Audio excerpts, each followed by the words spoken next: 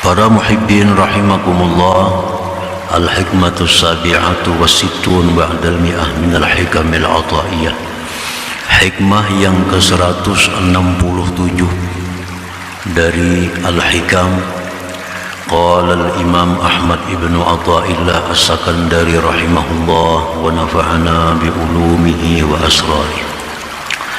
Kaifa yakunu talabuka lahiq sababan fi ata'ihi sabiq. Artinya, bagaimanakah tuntutan engkau yang datangnya menyusul kemudian menjadi sebab pada pemberian Allah yang sudah ditentukan sejak dahulu kala.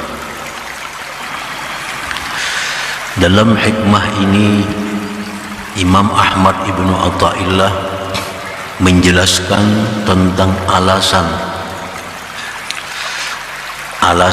kenapa kita jangan mengiktikadkan, jangan menganggap bahwa doa itu adalah sebab bagi suatu keberhasilan. Dalam hikmah yang sebelum ini beliau menyatakan, janganlah menganggap bahwa doa kita itu menjadi sebab untuk suatu keberhasilan. Jangan mengiktikadkan bahwa doa itu menyebabkan kita terhindar dari kemudaratan. Kalau kita berdoa, maka doa itu adalah menjunjung perintah Allah, dan kalau kita berdoa hanya adalah untuk menampakkan bahwa kita ini memerlukan kepada Allah Subhanahu wa ta'ala. Nah, jadi dalam hikmah ini beliau menjelaskan alasannya. Innal ata'a alladhi yatafaddalu Allahu bihi 'alal insan qaddarahu Allah ta'ala fil azal. Bahwa pemberian yang Allah anugerahkan dengan pemberian itu atas manusia, itu sudah Allah tentukan, sudah Allah takdirkan pada masa dahulu kala, sebelum adanya alam semesta ini. Sudah ditentukan oleh Allah. Belum adanya kita ini, belum adanya dunia ini, belum adanya alam semesta ini, Allah sudah menentukan. Allah menentukan, mentakdirkan Fulan bin Fulan akan dapat keberhasilan, baik dia berdoa atau dia tidak berdoa, dan aku takdirkan dia berdoa. Fulan bin Fulan aku takdirkan dapat keberhasilan, baik dia berdoa atau tidak berdoa, dan kutakdirkan dia tidak berdoa. Fulan bin Fulan telah kutentukan bahwa dia pada hari Senin terhindar dari bala musibah, baik dia berdoa atau tidak berdoa, dan kutakdirkan dia berdoa. Fulan bin Fulan pada hari Senin terhindar dari bala, baik dia berdoa atau tidak berdoa, dan kutakdirkan tidak berdoa. Nah, sudah ditentukan oleh Allah Subhanahu wa ta'ala. Belum ada kita, belum ada kita fil azal, pada masa dahulu kala, belum ada alam semesta ini. Nah, qala Allah Ta'ala, firman Allah, inna kulla syai'in khalaqnahu biqadar. Sesungguhnya tiap-tiap sesuatu telah kami ciptakan dengan takdirnya, dengan takdir. Apapun yang terjadi, baik kecil ataupun besar, tidak ada yang lepas dari takdir Allah Subhanahu wa ta'ala. Nah, para muhibbin rahimakumullah, fadu'aul insan allahiqul yawma bi'alamid dunya, maka doa manusia yang menyusul sekarang di alam dunia, la yasluhu ayyakuna sababan, tidaklah patut doa sekarang ini menjadi sebab lima qadahu wa qaddarah, bagi sesuatu yang telah ditetapkan dan ditakdirkan oleh Allah, min i'ta'ihi fil azal, daripada memberikannya Allah di masa yang dahulu. Itu Allah sudah menentukan sebelum ada kita akan dapat ini, sudah ditentukan oleh Allah, kita akan dapat sesuatu. Kitanya belum ada, apalagi doa kita. Dunia belum ada, apalagi ada kita. Nah, sekarang kita berdoa, ya Allah, berikanlah hamba ini, diberi oleh Allah. Itu sudah terdahulu Allah menentukan. Maulah doa yang baru sekarang ini jadi sebab terhadap yang telah terdahulu.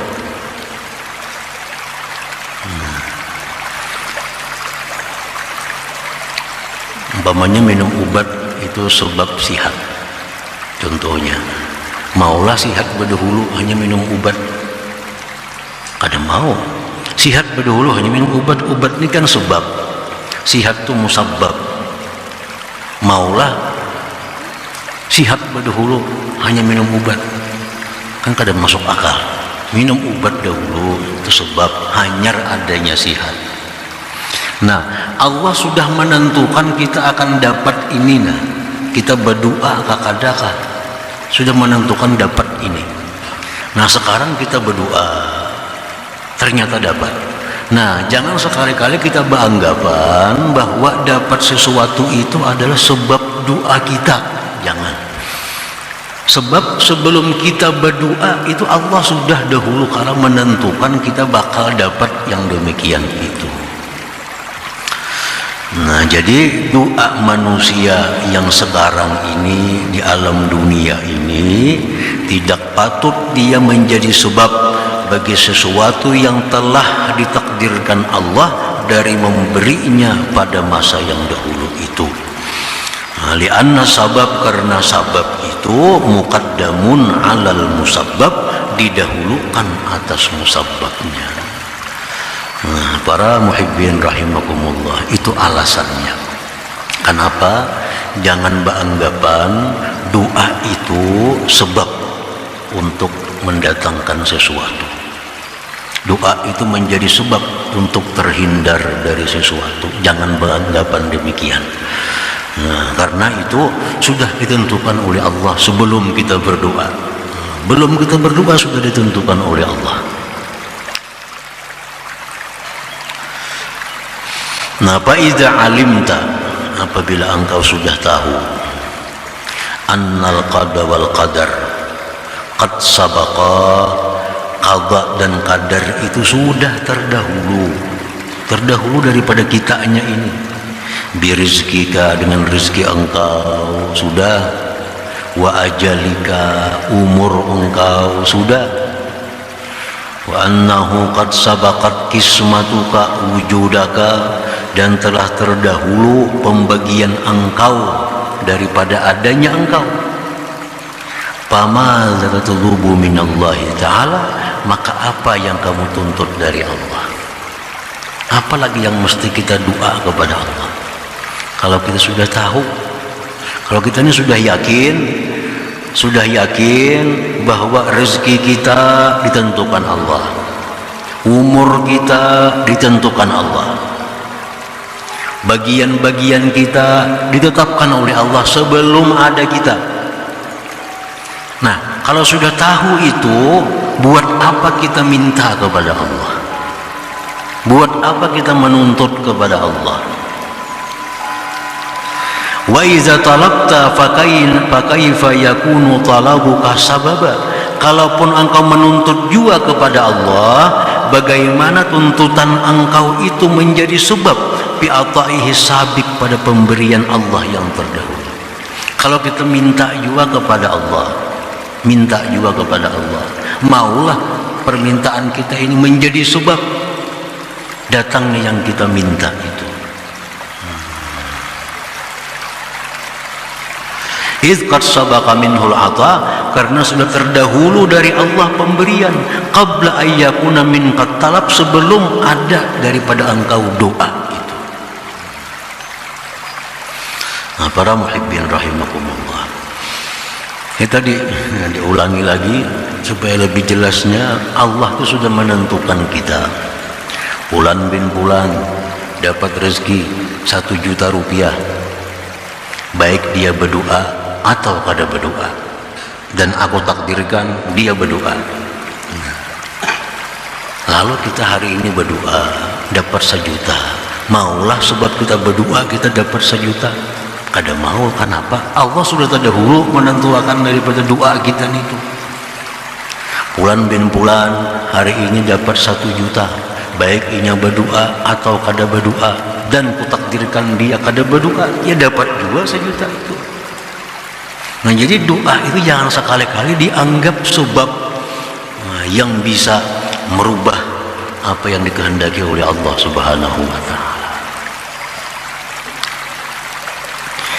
Nah, fasabata, maka sabitlah anna sirra amrillah ibadahu bid-du'a izharul ubudiyah wa qiyamu haqqir rububiyah la sababul atiyah. Maka sabitlah bahwa rahasia Allah menyuruh kita berdoa itu hanya untuk menampakkan kehambaan kita, kelemahan kita, ketidakmampuan kita, dan mendirikan hak ketuhanan kita. Itu aja rahasianya. Bukan Allah menyuruh berdoa itu sebab untuk diberi.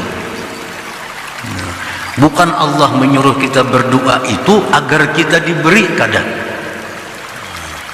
Karena apa? Karena itu sudah dahulu kala ditentukan oleh Allah Subhanahu wa ta'ala.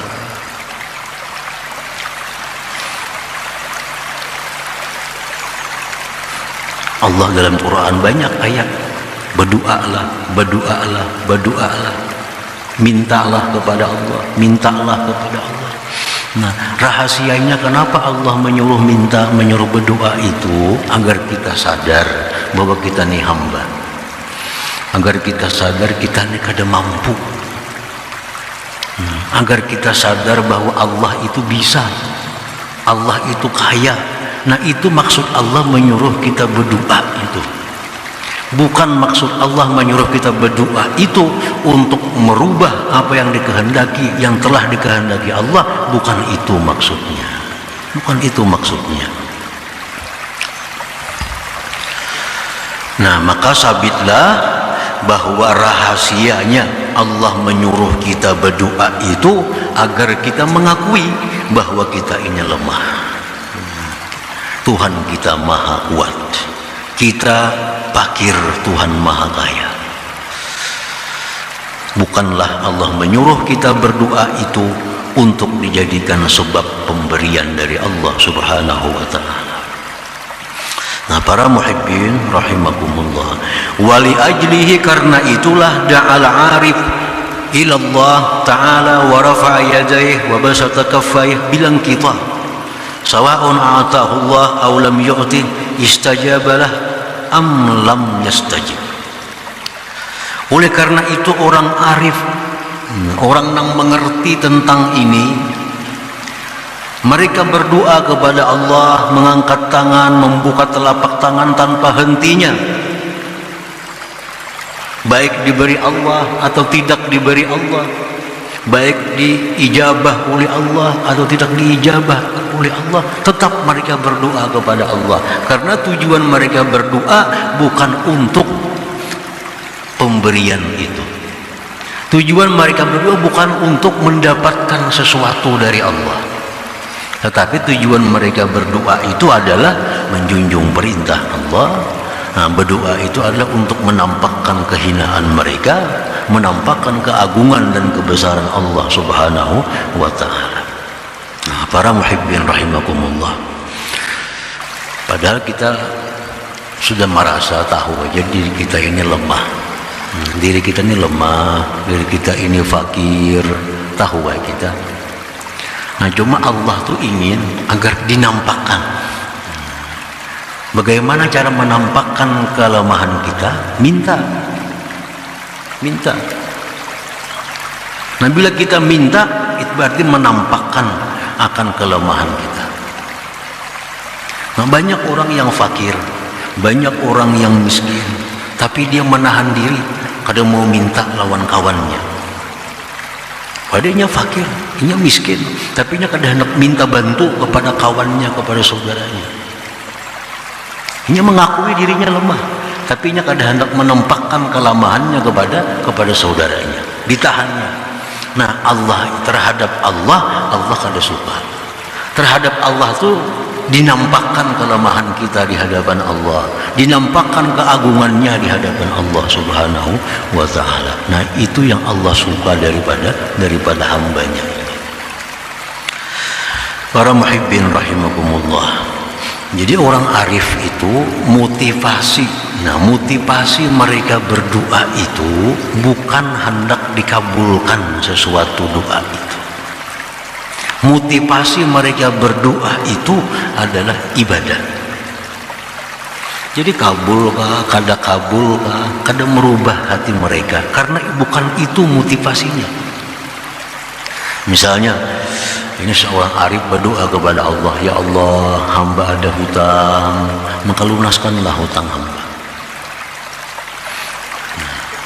Motivasi mereka berdoa seperti itu bukan minta lunasi hutang kepada Allah, karena itu sudah ada takdirnya.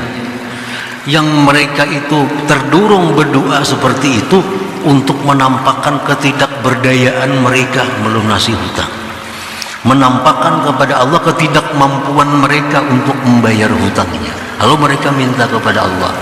Perkara kabul kada jadi masalah, kada kabul kada jadi masalah. Yang penting mereka sudah menjunjung perintah Allah untuk berdoa itu. Nang payah itu kalau kita motivasinya kabul, motivasinya itu kabul, berdoa kada kabul, lalu sakit hati kita. Jadi pikiran, kenapa aku kada sing kabulan doa? Nah, tujuannya doa itu untuk mendapatkan sesuatu dari Allah. Kalau kita motivasi berdoa itu menjunjung perintah Allah, menampakkan kehambaan kita kepada Allah, kabul kada jadi soal. Tetap hati kita utuh, hati kita berhadap kepada Allah Subhanahu wa ta'ala. Jadi dengan adanya demikian keyakinan kita bahwa doa ini bukan sebab Allah memberi, bukan sebab. Nah, kalau kita berdoa kepada Allah, tujuannya ibadah, menjunjung perintah Allah, menampakkan kefakiran, berdoa aja. Nah, kada kabul kita kada kecewa, kada kabul kita kada sakit hati, kabul pun kita kada gembira, kabul pun kada gembira.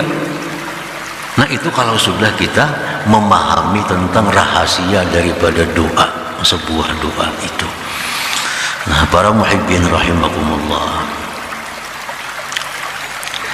itu alasan pertama kenapa doa itu jangan dijadikan sebab sebuah keberhasilan, karena keberhasilan itu sudah ditentukan oleh Allah sebelum kita berdoa.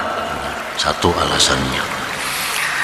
Summa qala al-imam, kemudian berkata Imam Ahmad ibnu Athaillah dalam hikmatis saminah wasitin, hikmah berikutnya 168, jalla hukmuhu fil azal ayyudafa ilal ilal. Maha besar ketetapan Allah untuk memberi pada masa yang dahulu kala, bahwa disandarkan kepada sebab. La yatasawwaru hukmullah, tidaklah terupa, mustahil artinya, tidak terupa itu mustahil. Mustahil ketetapan Allah untuk memberi pada masa azali disandarkan kepada sebab. Mustahil. Mustahil Allah itu menetapkan satu ketetapan ada sebab sebelumnya.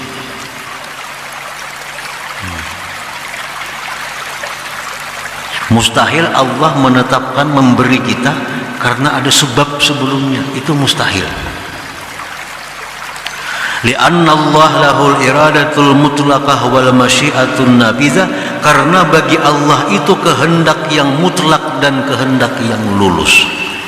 Allah kada berhajat kepada sebuah sebab untuk memberi, untuk mencegah, untuk mencipta. Nah, Allah kada berhajat kepada sebab untuk memberi kita, untuk mencegah, untuk mencipta. Allah kada berhajat kepada sebuah sebab. Itu wajib kita i'tikadkan. Wajib kita i'tikadkan bahwa Allah itu mencipta sesuatu, memberi sesuatu, mustahil berhajat kepada sebab. Kalau berhajat kepada sebab berarti Allah ada ketergantungan dengan sebab. Maha suci Allah daripada tergantung dengan sesuatu.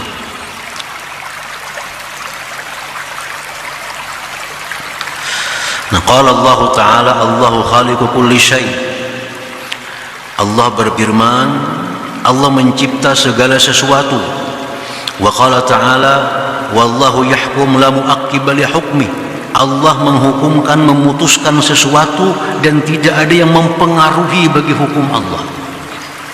Allah menghukum ini, menetapkan sesuatu, tidak terpengaruh dengan siapa juga pun. Tidak terpengaruh. Kalau kita beranggapan bahwa kita berdoa kalau diberi Tuhan, berarti kita kau mempengaruhi Allah. Luar biasa hebatnya. Yang berdoa terus bang, jadi diberi Tuhan. Nah, seolah-olah doa kita ini bisa mempengaruhi Allah. Allah itu kan bisa dipengaruhi. Allah memberi tanpa pengaruh siapa juga pun. Allah memberi tanpa sebab siapa juga pun. Karena bagi Allah itu al-masyiatun nabidhah, kehendak yang lulus. Apa yang dikehendaki Tuhan lulus, perlu ada sebab.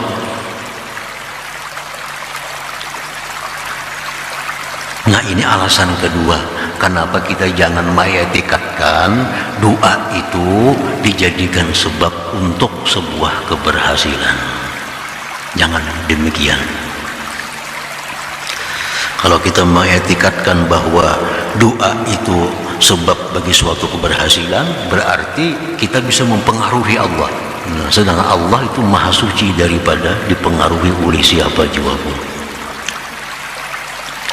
Para muhibbin rahimakumullah, law sahha ayyakuna talabul abdi min rabbih sababan li ata'illah wastijabati lakanat ahkamullah idzan khadi'atan lil asbab. Andai kata boleh bahwa doa seorang hamba itu menjadi sebab bagi pemberian Allah, niscaya ketetapan Allah itu tunduk bagi sebab. Kalau doa ini sebab bagi Allah memberi kita, berarti ketentuan Allah tunduk kepada sebab. Nah, wala kana talabul abdi mu'assiran fil ata, niscaya adalah doa seorang hamba itu memberi bekas pada pemberian alladzi yanaluhu minallah, yang dia capai dari Allah. Wa idzan lakanat iradatullah masyubatan bil qasar, kalau demikian berarti kehendak Allah itu cedera. Kehendak Allah berarti kada lulus, karena bisa dipengaruhi oleh doa seorang hamba. Ta'ala Allah azza wa jalla an dzalik, maha suci Allah subhanahu wa ta'ala daripada yang demikian itu. Nah, para muhibbin rahimakumullah, jadi ini sebenarnya sesuatu yang terjadi kebiasaan kita dan kita anggap intim, padahal ini merusak akidah kita. Kalau misalnya di lisan kita aja, di mulut kita aja, berdoa rancak gitu diberi Tuhan, ya almun di mulut saja itu yang mungkin kada terlalu bermasalah.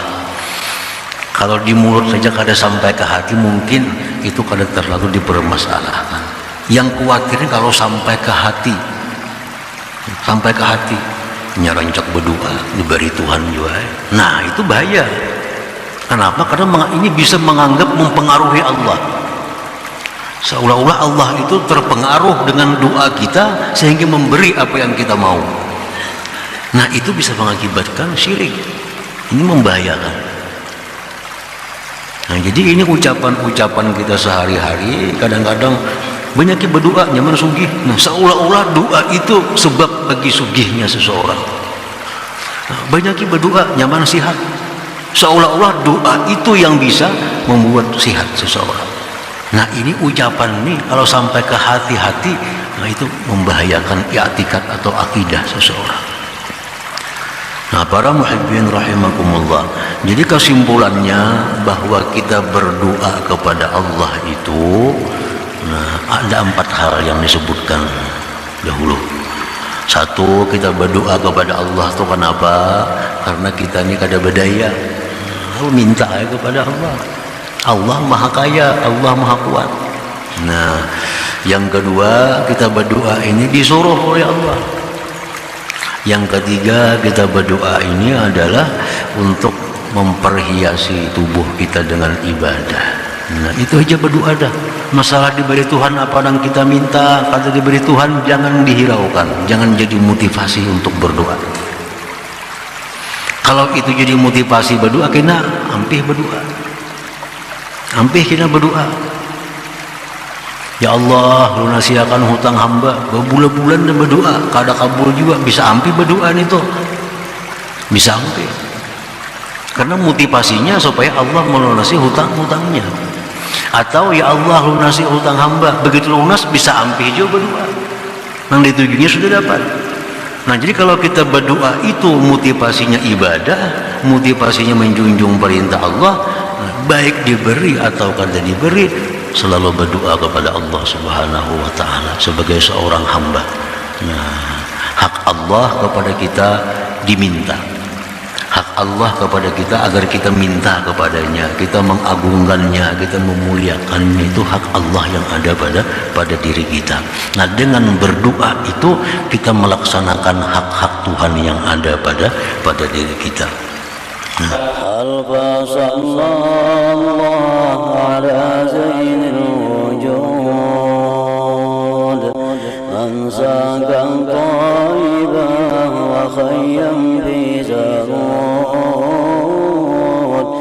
ألف صلى الله